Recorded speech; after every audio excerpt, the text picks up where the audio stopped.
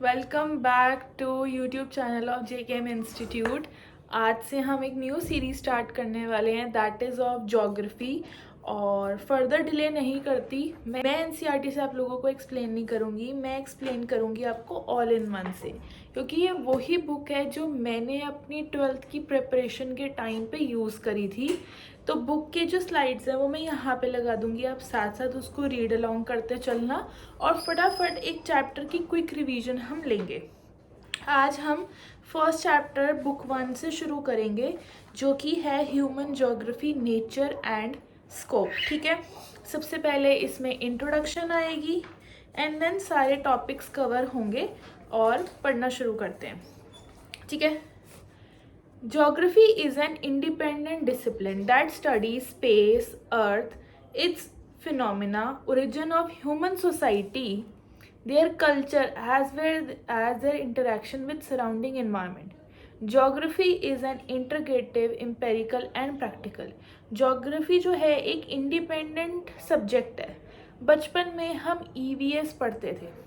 EVS क्या होती थी? साइंस और सोशल साइंस का कंबाइन। जब हम बड़े हुए हमारे पास साइंस अलग होगी, सोशल साइंस होगी, और बड़े हुए सोशल साइंस डिवाइड होगी, ज्योग्राफी, इकोनॉमिक्स, पॉलिटिकल साइंस, इस सब में। अब ज्योग्राफी जो है आई तो एक कॉमन लाइन से है, लेकिन इंडिपेंडेंटली इसको पढ़ा जाता है। Integrative means geography is combination of different elements. Integrative means सारे सब्जेक्ट्स का कॉम्बिनेशन है, various fields and subfields. These elements form an effective and comprehensive system of study. इन सबको कंबाइन करके हम ज्योग्राफी को जो है पढ़ते हैं।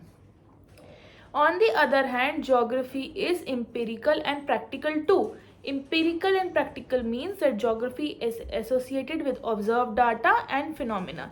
जो भी आसपास चीज़ें हो रही हैं उसको ऑब्जर्व करना ज्योग्राफी का एक फील्ड है।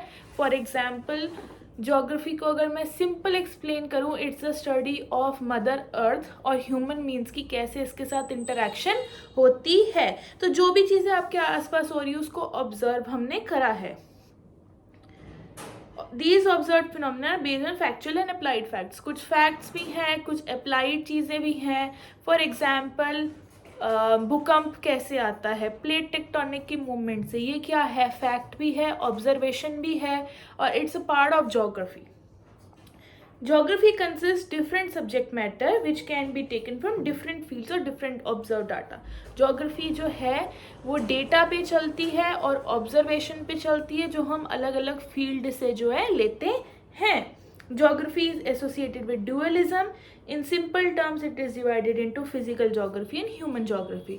अब geography भी आगे दो पार्ट्स में डिवाइडेड है, फिजिकल geography और ह्यूमन geography में। ठीक है, इस चैप्टर के अंदर हम ह्यूमन ज्योग्राफी पे फोकस करेंगे, जो कि हमारा सेकंड टॉपिक है। Human geography is a branch of geography which studies relationship between natural, human and natural world. Human geography की अगर आपको डेफिनेशन आ जाए, आपने यही लिखना है कि ह्यूमन ज्योग्राफी की एक ब्रांच है जो ह्यूमन बींग्स का नेचर के साथ के रिलेशनशिप को स्टडी करती है, उसको ह्यूमन ज्योग्राफी कहते हैं। Simple. Human phenomena, socio-economic differences, various religion of the world. It is concerned with the culture, economies, pollution, population, settlement, urban and अब human geography क्या क्या स्टडी करती है वो बता देती हूँ। कल्चर स्टडी करती है, इकोनॉमी स्टडी करती है, पॉपुलेशन स्टडी करती है, urban and rural phenomena study करती है। It is different from physical geography.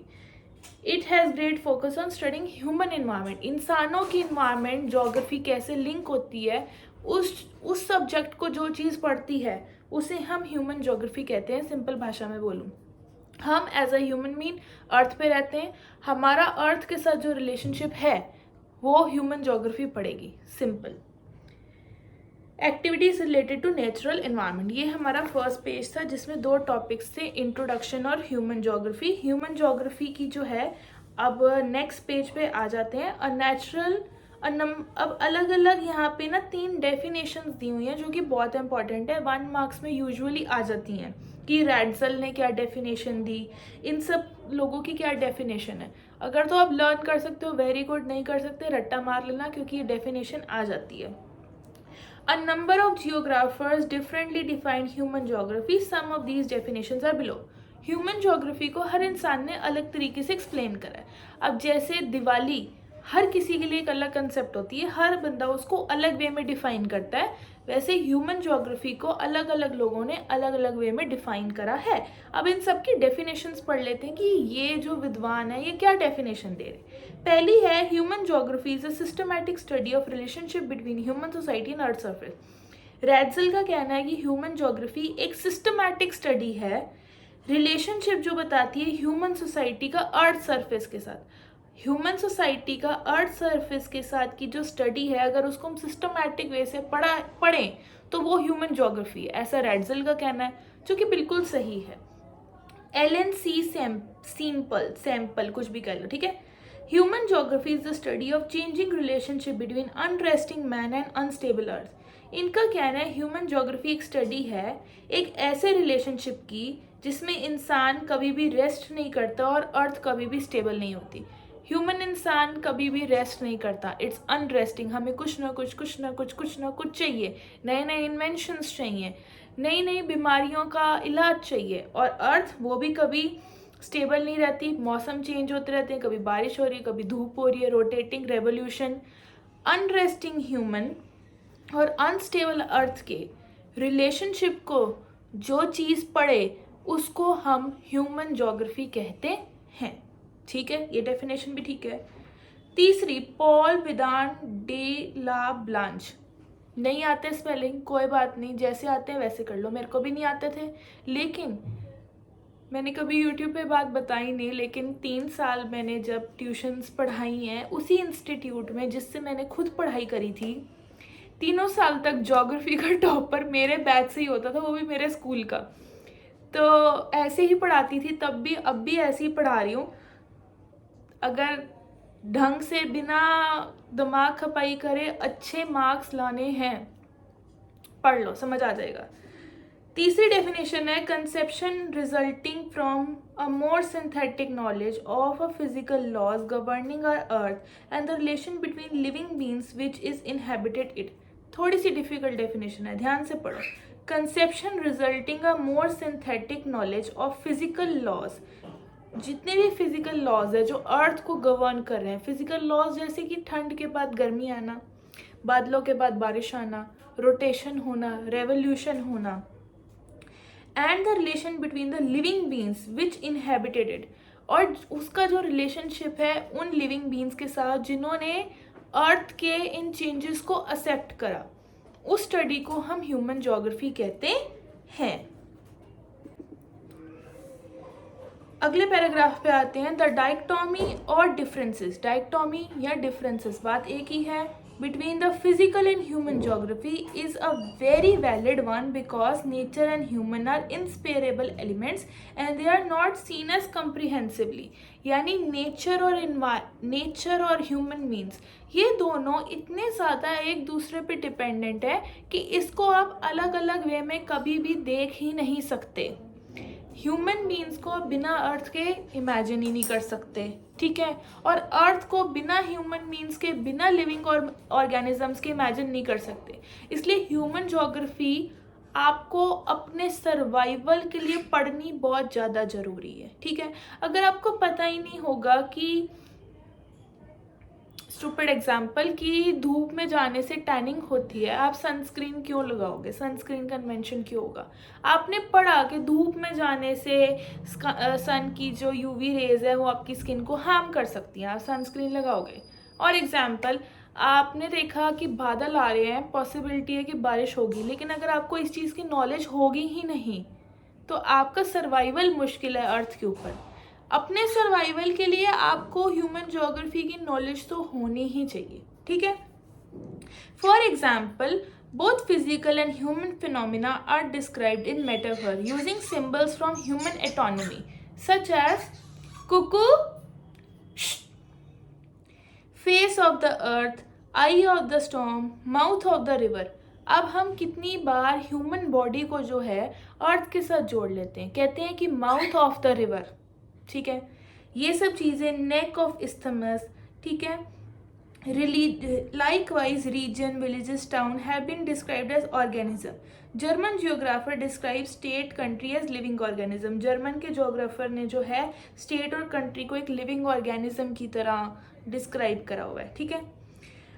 Road, railways, waterways network have been described as arteries और सर्कुलेशन. अब देखो ह्यूमन बींग्स के अंदर आर्टरीज और वेन होती है जो कि ब्लड से हार्ट से ब्लड का जो है फ्लो चलता रहता है. कहते हैं कि हमारी आर्टरीज और वेन के सिस्टम के बेसिस पे ही अंडरग्राउंड सीवेज सिस्टम बना है. जिस तरीके से हमारी आर्टरीज और वेन्स काम करती हैं वैसे ही वेस्ट आने का और वेस्ट जाने की जो पाइपें हैं और जो सीवर सिस्टम है वो उसी मॉडल के ऊपर बना है. तो आप देख लो कि दोनों चीज़ें कैसे आपस में लिंक है. नेक्स्ट टॉपिक पे आते हैं जो कि है nature of human geography. Human geography का नेचर क्या है. हम कहते हैं इसका नेचर अच्छा है, उसका नेचर बुरा है, वैसे ही ह्यूमन ज्योग्राफी का क्या नेचर है, ठीक है.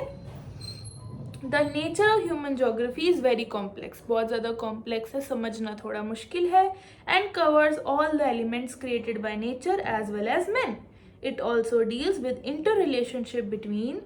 ह्यूमन ज्योग्राफी का नेचर जो है वो इस चीज़ से भी डील करता है कि फिजिकल इन्वायरमेंट क्या है, यानी आप किस फिजिकल इन्वायरमेंट में रह रहे हो. मैं एक बंद कमरे में रह रही हूँ, दिल्ली जैसे शहर में रह रही हूँ. आप मे बी किसी गांव के कमरे में रह रहे हो. आप मे बी एक पार्क में बैठ के वीडियो देख रहे हो. It depends. Socio culture environment, आपकी सोशो कल्चर इन्वायरमेंट कैसी है, आप सोसाइटी के किस स्टैंडर्ड को बिलोंग करते हो. आप अपर क्लास हो, मिडिल क्लास हो. कल्चर, कौन से कल्चर को बिलोंग करते हो. आपका रिलीजन क्या है, आप सिख रिलीजन के हो या नॉन सिख हो. Created by human beings through mutual interaction with each other. अब ये सब पवाड़े, ये जो फसाद है, ये भी इंसानों ने बनाए हैं म्यूचुअल इंटरेक्शन के through. Upper class lower class भगवान ने तो बनाया नहीं, इंसानों ने बनाया. अब इसमें हम कैसे एडजस्ट कर रहे हैं, इस चीज़ की study nature of human geography के अंदर आएगी, ठीक है. All the elements such as houses, villages, cities, road, railway network, industries, farms, parks, items of daily use and other elements of material culture have been created by human being using natural resources. आप अपने आसपास जितनी भी चीज़ें देख रहे हो वो इंसानों ने ही बनाई है नेचुरल चीज़ों को यूज़ करके. फॉर एग्जाम्पल ये पेंसिल किससे बनी है, लकड़ी से. लकड़ी कहाँ से आई है, पेड़ से. उसके ऊपर लगा है रबड़, रबड़ कहाँ से आया, पेड़ से. पेंसिल का इन्वेंशन करा इंसान ने लेकिन यूज़ करा है नेचुरल चीज़ों को. इसी चीज़ को हम ह्यूमन ज्योग्राफी का नेचर कहेंगे. By creating these elements human modify physical environment. अपनी फिजिकल इन्वायरमेंट को हमने चेंज करा है. पहले टाइम में लोग जंगलों में रहते थे, अब हम जंगलों में जाके रिजॉर्ट में रहते हैं क्योंकि शहरों के अंदर बहुत ज़्यादा पोल्यूशन है, which in turn impacts human life. और इससे हमारी लाइफ जो है बहुत ज़्यादा इफेक्ट जो है होती है, ठीक है. अब ऐसा तो हुआ नहीं होगा कि एक दिन एक इंसान आया होगा और उसने बोला होगा कि ज्योग्राफी छोड़ो हम ह्यूमन ज्योग्राफी पढ़ते हैं. ऐसा तो हुआ नहीं होगा. अब इतना कम्युनिकेशन भी नहीं हुआ होगा कि मैं यहाँ पे ऐसा बोल रही हूँ और जर्मन और यूएस वाले लोगों को पता चल गया होगा. जैसे आज की डेट में तो सोशल मीडिया से 1 मिनट में चीज़ वायरल होती है, लेकिन जब ह्यूमन ज्योग्राफी चल रही होगी हर बंदा अलग शहर में बैठ के अपना अलग दिमाग लगा रहा होगा क्योंकि उसको हिस्ट्री की बुक्स में आना है अपनी इन्वेंशंस की वजह से. तो ये जो टेबल आप देख रहे हो इसमें है broad stages thrust of human geography. इसमें इन्होंने पहले पीरियड्स में डिवाइड कर दिया है कि कौन से पीरियड में क्या हुआ, ठीक है. कॉलोनियल पीरियड में क्या हुआ, 1970 में क्या हुआ, 1990 में क्या हुआ. उसके बाद अप्रोच यानी कि तरीका, किस टाइम में किस तरीके से ह्यूमन ज्योग्राफी को पढ़ा गया, ठीक है. जैसे लेटर कॉलोनियल पीरियड में लिखा है रीजनल एनालिसिस, यानी एक रीजन पकड़ लिया उसका एनालिसिस करना शुरू कर दिया. फिर एरियल डिफरेंशियल स्पेशल ऑर्गेनाइजेशन, ये उसमें आएगा अप्रोच. और उसके बाद उसमें हुआ क्या रिसर्च करी गई. ये टेबल थोड़ा सा इम्पोर्टेंट है, ज़्यादा इम्पोर्टेंट नहीं है, इसलिए इसको बस पढ़ लो. Human geography has develop through following stages, कि ह्यूमन ज्योग्राफी डेवलप कैसे हुई धीरे धीरे. ऐसा तो नहीं है कि आज सिर दर्द हो रहा है कल डिस्प्रिन की गोली बन गई, ऐसा तो हुआ नहीं होगा. अप्रोच रही होगी, रिसर्च रही होगी, कंक्लूजन्स निकली होंगी, ट्राइंग एंड टेस्टिंग हुई होगी, फिर उसके बाद चीज़ें निकली होंगी। तो ह्यूमन ज्योग्राफी का भी यही है। सबसे पहला है early colonial period, later colonial period. Colonial period होता है जब एक देश दूसरे देश पे राज करता है। जब ब्रिटिशर्स ने इंडिया पे राज करा उसको कलोनियल टाइम कहा गया, ठीक है।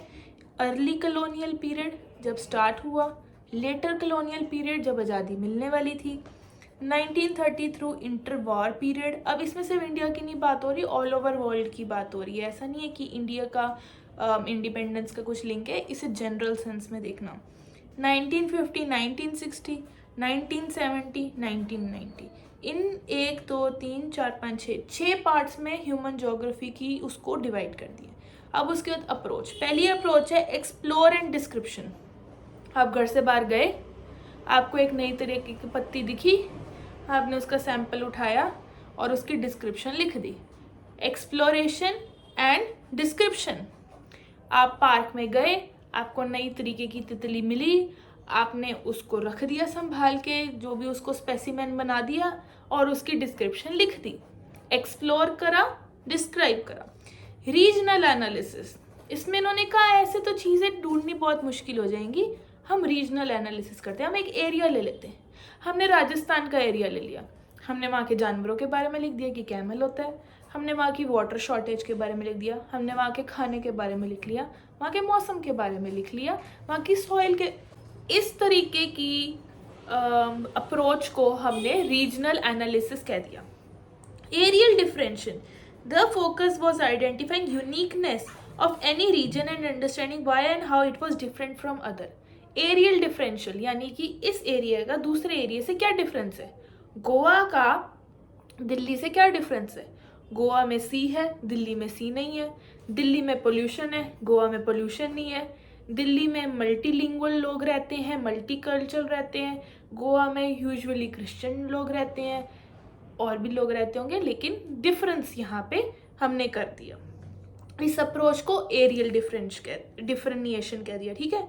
Spatial organisation marked by the use of computers, laws, यानी कि हमने सैटेलाइट के थ्रू जब चीज़ों को रिसर्च करनी शुरू कर दी कि फिजिक्स विज ऑफन अप्लाइड, यानी ह्यूमन फिनोमेना पे हमने ह्यूमन ज्योग्राफी में जब फिजिक्स को अप्लाई करना शुरू कर दिया, उसको स्पेशल ऑर्गेनाइजेशन अप्रोच कह दी, ठीक है।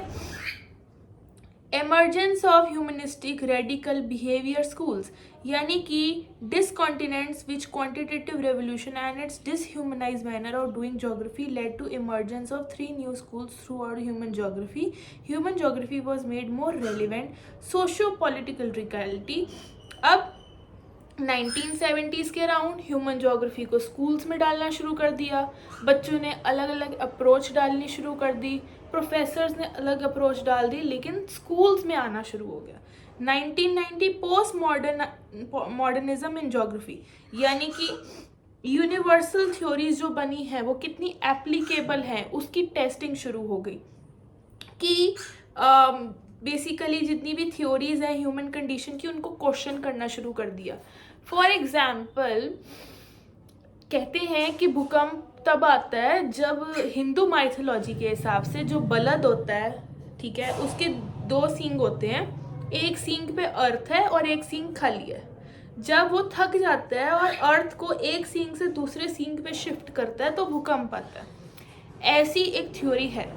अब मॉडर्न बच्चे सोचेंगे क्या स्टूपिडिटी है, तो ये जो हम क्वेश्चन कर रहे हैं इस चीज़ को कि ऐसा कुछ नहीं है, अर्थ एक गैलेक्सी का पार्ट है, मिल्की वे गैलेक्सी एक सोलर सिस्टम है, इस चीज़ों को जब क्वेश्चन करना शुरू करा वो 1990 की अप्रोच थी, ठीक है। अब हम पढ़ेंगे field and sub field of human geography. Cookie, sorry guys, I have birds और वो बहुत परेशान करते हैं, उनको लगता है मैं उनसे बात कर रही हूँ। आपसे मैं रात को बात करूंगी। No, coming back to field and sub field of human geography. जैसे सोशल साइंस की बहुत सारी फील्ड्स हैं, ठीक है, ज्योग्राफी है, इकोनॉमिक्स है, पॉलिटिकल साइंस है, हिस्ट्री है। छोटे होते तो आपको लगता था कि सिर्फ एसएसटी नामक एक चीज़ है, लेकिन एसएसटी नहीं है ना, एसएसटी में भी इतने सारे पार्ट्स हैं, वैसे ही ह्यूमन ज्योग्राफी के भी बहुत सारे पार्ट्स हैं। एसएसटी, ज्योग्राफी, ह्यूमन ज्योग्राफी के आगे के अप्रोचेस, उसके लिए ये वाला टेबल बहुत ज़्यादा इम्पॉर्टेंट है, ठीक है। सबसे पहली आ जाती है social geography, urban geography, political geography, population geography, settlement geography, economic geography. अगर आप पहुंच गए हो 12वीं में तो आपको पता होगा कि सोशल ज्योग्राफी यानी ज्योग्राफी और सोसाइटी को पढ़ना, अर्बन ज्योग्राफी यानी शहरों को और ज्योग्राफी को पढ़ना, पॉलिटिकल ज्योग्राफी यानी कि पॉलिटिक्स और ज्योग्राफी को जब आप इकट्ठे लेके पढ़ रहे हो तो वो पॉलिटिकल ज्योग्राफी काउंट होगी। स्टूपिड लग रहा है, ऐसा लग रहा है सिलेबस बढ़ाने की कोशिश करी गई है और एक्चुअल में है भी ऐसा। पॉपुलेशन ज्योग्राफी, जो ज्योग्राफी की ब्रांच पॉपुलेशन को पढ़े उसको पॉपुलेशन ज्योग्राफी कह दिया। सेटलमेंट ज्योग्राफी, कौन कहाँ पे रह रहा है, शहर में रह रहा है, गांव में रह रहा है, जंगल में रह रहा है, खेतों में रह रहा है, सेटलमेंट ज्योग्राफी। इकोनॉमिक ज्योग्राफी, जब पैसे को ज्योग्राफी से लिंक किया जाए, इकोनॉमिक ज्योग्राफी आ गई। अब इसके अंदर अर्बन ज्योग्राफी को उन्होंने और एक्सटेंड नहीं करा, पॉपुलेशन ज्योग्राफी को भी एक्सटेंड नहीं करा और सेटलमेंट ज्योग्राफी को भी एक्सटेंड नहीं करा, सिर्फ सोशल ज्योग्राफी, पॉलिटिकल ज्योग्राफी और इकोनॉमिक ज्योग्राफी को करा। सोशल ज्योग्राफी में बिहेवियरल ज्योग्राफी, इंसान का कैसा बिहेवियर है उसको ज्योग्राफी से जोड़ दिया। Geography of social wellbeing, socially आप वेलबींग कितने हो, बदतमीज हो या कितने अच्छे हो वो। Geography of leisure, leisure means source of entertainment, आप एंटरटेनमेंट के लिए क्या करते हो, पेंटिंग करते हो, नेटफ्लिक्स चलाते हो या इंस्टाग्राम रील्स देखते हो। कल्चरल ज्योग्राफी, जब ज्योग्राफी कल्चर को पढ़े। जेंडर ज्योग्राफी, कितने प्रतिशत मर्द, कितने प्रतिशत औरतें। हिस्टोरिकल ज्योग्राफी, अगर मैं आपको बोलूं ये टेबल सरासर बकवास है, इसको पढ़ने की कोई ज़रूरत नहीं है, पेपर में भी ये बहुत कम नंबरों में आता है, बस इसको पढ़ लो जान के ये सिलेबस में दिया है ताकि तुम जैसे बच्चों का दिमाग खराब हो, तुम कंफ्यूज हो। कितने बच्चे ये वीडियो देख रहे होंगे और वो कंफ्यूज हो रहे होंगे कि मैम बोल क्या रही है। तो मेरी बात मानो, इसको देख लो और इसको ये देख लो कि पॉलिटिकल ज्योग्राफी, ठीक है समझ आ गया, पॉलिटिक्स अलग चीज़ है, ज्योग्राफी अलग चीज़ है, लेकिन दोनों को अगर इकट्ठे पढ़े तो पॉलिटिकल ज्योग्राफी। लेकिन उसमें जो इलेक्टोरल ज्योग्राफी है, इलेक्शंस, वो अलग, मिलिट्री ज्योग्राफी अलग, ठीक है। पहले के टाइम बहुत लोग वेले थे, उन्होंने सोचा सिलेबस कैसे बढ़ाया जाए तो ऐसे उन्होंने सिलेबस बढ़ा दिया, ठीक है। अगले टॉपिक पे आते हैं जो कि थोड़ा सा इंपॉर्टेंट है, naturalisation of human, humanisation of nature. Paper में ये क्वेश्चन आता ही आता है, कोई ना कोई क्वेश्चन जरूर आएगा इसमें से, और बच्चे अक्सर इसमें कंफ्यूज भी हो जाते हैं। कंफ्यूज बिल्कुल नहीं होना, पढ़ना शुरू करते हैं। Naturalisation of human and humanisation of nature can be studied in terms of man environment, environment और इंसानों का relationship and interaction. Technology enables human being to interact with their physical environment। Technology जैसे जैसे बढ़ रही है वैसे वैसे हम कुदरत को और अच्छे से समझ पा रहे हैं। अगर हमारे पास आज टेक्नोलॉजी ना होती, हमें नहीं पता होता कि ग्लोबल वार्मिंग नाम की कोई चीज़ हो रही है। The technology, tools and techniques that human beings use to produce and create are extremely important। जितनी टेक्नोलॉजी बन रही है उतना हमारा ही फ़ायदा है, बट डीप डाउन उसका कुछ नुकसान तो है। जब हम छोटे थे, मैं ज़्यादा बुढ़ी नहीं हूँ बट स्टिल काफ़ी साल पहले स्मार्टफोन्स नाम की कोई चीज़ नहीं थी, लेकिन आज की डेट में आप देखो एक lower to lower middle class बंदे के पास भी एक स्मार्टफोन, टच स्क्रीन फ़ोन है। दैट मीन्स टेक्नोलॉजी बढ़ रही है और सस्ती हो रही है, और इंडिया में तो खास करके जितनी टेक्नोलॉजिकल एडवांसमेंट है उतनी बाहर की कंट्रीज़ में नहीं है। मेरी सिस्टर ऑस्ट्रेलिया से अभी आई है एंड रात को उसका मन करा कि उसको मैगी खानी है एंड हमारे घर मैगी नहीं पड़ी थी, तो शी वाज लाइक ओके कल तक वेट करना है। I am like what, Blinkit, Zepto, 10 minute लगे और मैगी घर पे आ गई। एंड शी वाज लाइक बाहर की कंट्रीज में ये नहीं है। तो टेक्नोलॉजी, तुम समझ गए होगे मैं क्या कहना चाह रही हूँ। It indicates the level of cultural development of the society. Technology can be developed after developing better understanding of natural laws. Technology तभी बेटर हो सकती है अगर आप नेचुरल लॉज को अच्छे से समझो। कुदरत को अगर आप अच्छे से समझोगे तभी आप टेक्नोलॉजी डेवलप कर पाओगे। आपने एक रॉकेट बना दिया, आपको पता ही नहीं है कि ट्रोपोस्फीयर, स्ट्रेटोस्फीयर, एटमॉस्फेयर के बाद कौन सी लेयर है, आपका रॉकेट। इसलिए इन्वायरमेंट को पढ़ना ज़रूरी है टेक्नोलॉजी के लिए। Technology developed by human enables them to overcome limitation imposed by natural environment। अब हम क्या कर रहे हैं इंसान, हमने इन्वायरमेंट से सीखे चीज़ें, इन्वायरमेंट से चीज़ें सीखी, टेक्नोलॉजी डेवलप करी, और अब हम खुद ही इन्वायरमेंट से डरते नहीं। फॉर एग्जाम्पल, पहले टाइम पे जब ज़्यादा बारिश आ जाती थी तो लोग जो हैं डर जाते थे। टेक्नोलॉजी नहीं थी, ठीक है, लोग सोचते थे कि इंद्र देवता उनके गांव से नाराज़ हो गए हैं और लोग भगवान का नाम लेने लग पड़ते थे। आजकल ज़्यादा बारिश हो जाती है, पहली बात तो बारिश होने से पहले ही हमारे गूगल पे वेदर फोरकास्ट आ जाता है। दैट मीन्स हमने नेचर की पावर को थोड़ा सा टेकन फॉर ग्रांटेड तो ले लिया।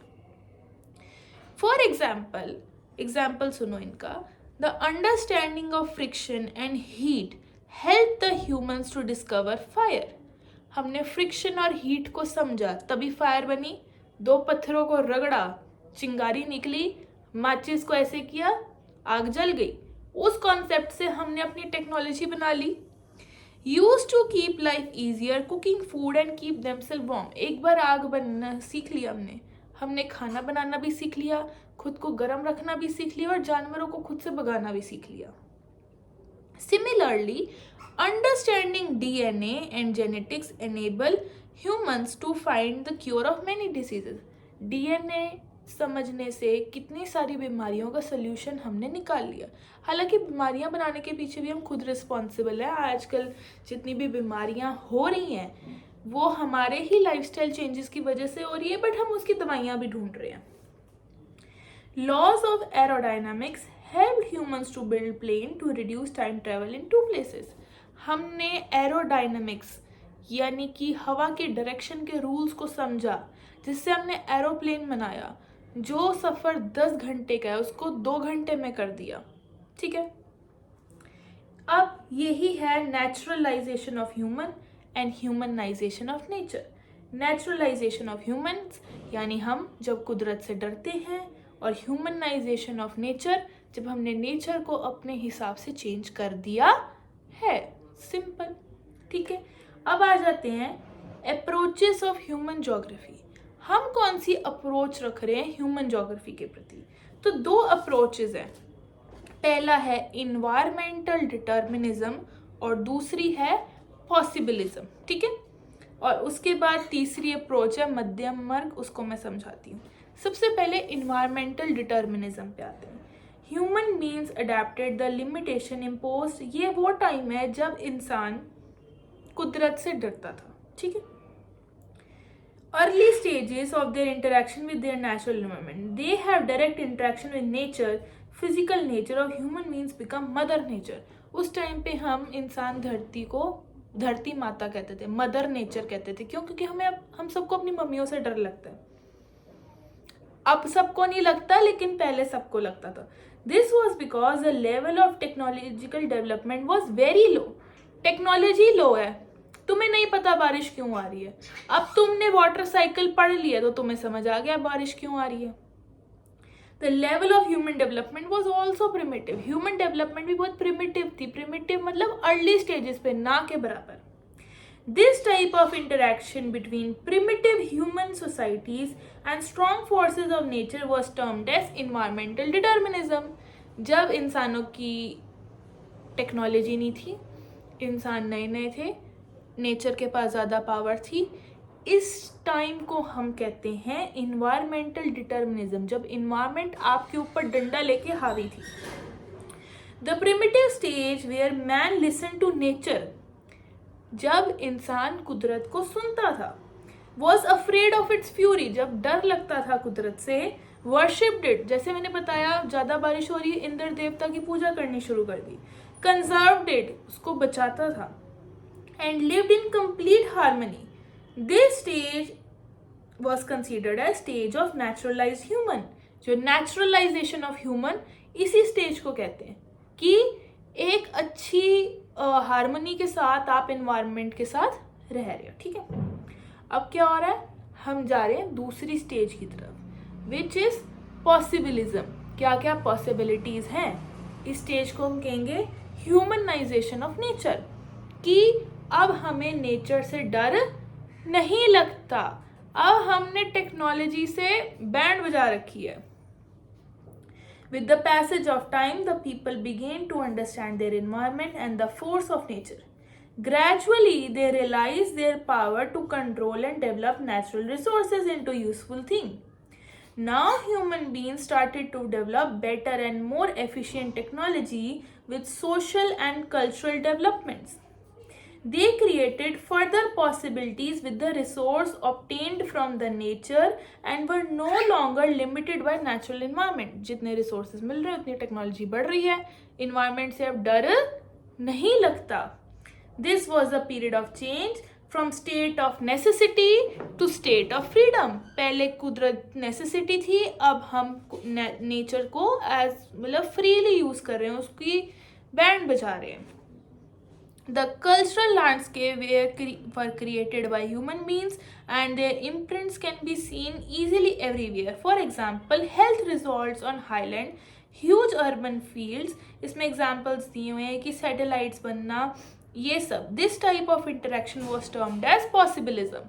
अब इंसानों का आप इंटरेक्शन हर जगह देख सकते हो कि हमने जंगल के अंदर भी वाइल्ड लाइफ सफारी बना रखी है, if you know Jim Corbett. ठीक है, according to this thought, nature provides opportunities and human beings make use of these opportunities. Slowly, nature gets humanized and starts being imprints of human endeavor. इस stage को हम कहेंगे humanisation of nature या possibilism. Paper में question आ जाए possibilism और humanisation of nature, बात एक ही है, कंफ्यूज मत होना. अब एक इंसान आ रहा है बहुत ही समझदार, जिसका नाम है ग्रिफ्थ टेलर. ठीक है, इन्होंने एक अलग अप्रोच दी थी. इन्होंने कही नियो डिटर्मिनिज्म और स्टॉप एंड गो डिटर्मिनिज्म. इन्होंने निकाला मध्यम मार्ग. ये भी बहुत इंपॉर्टेंट है. इन्होंने कहा कि ना तुम नेचर से डरो और ना ही तुम नेचर को डराओ, तुम उतनी ही टेक्नोलॉजी डेवलप करो कि नेचर उससे जो है डिस्टर्ब ना हो. This concept was given by a geographer Griffith Taylor. This concept reflects the middle path between the two ideas. यानी कि environmental determinism और possibilism के बीच का रास्ता. He described this concept on the basis of traffic light signal. उन्होंने traffic light के example दे दिए, red yellow green, ना रेड होना है ना green, yellow row. Red means stop, amber means go set go, green light means go. In the same way, neither the situationism of absolute necessity nor the condition of absolute freedom. ना ही आप nature से डरो, ना ही nature का आप जो है सदुपयोग करो. That is why stop and go determinism. ठीक है, ये इनकी अप्रोच का नाम है. It means that without harming natural environment, human can modify the nature according to their needs. When nature permits modification, human being can use their environment to fulfill their goals of development without harming the environment. आप अपने goals fulfill develop करो, लेकिन nature को भी ज़्यादा exploit मत करो.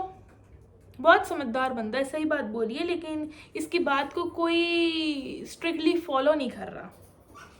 If humans do not consider the damage to the environment, it would lead to the problems. अगर हम इंसान environment की problems को नहीं समझेंगे तो long run में हमारा ही नुकसान है.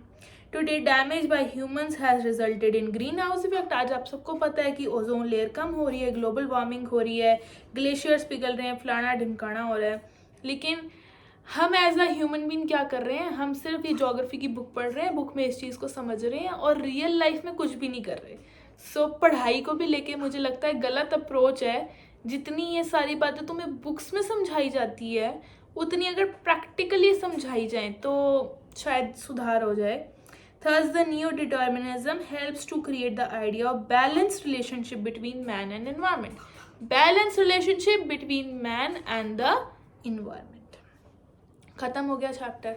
क्या क्या पढ़ा आपने इस चैप्टर में? ठीक है, सबसे पहले आपने पढ़ी इंट्रोडक्शन, फिर आपने पढ़ा ह्यूमन ज्योग्राफी क्या है, नेचर क्या है ह्यूमन ज्योग्राफी का, फील्ड सब फील्ड्स क्या है, इन्वायरमेंट डिटर्मिनिज्म क्या है, पॉसिबिलिज्म क्या है, और ये ग्रिफ्थ टेलर जो हमारे सबसे लास्ट में है इनका क्या है.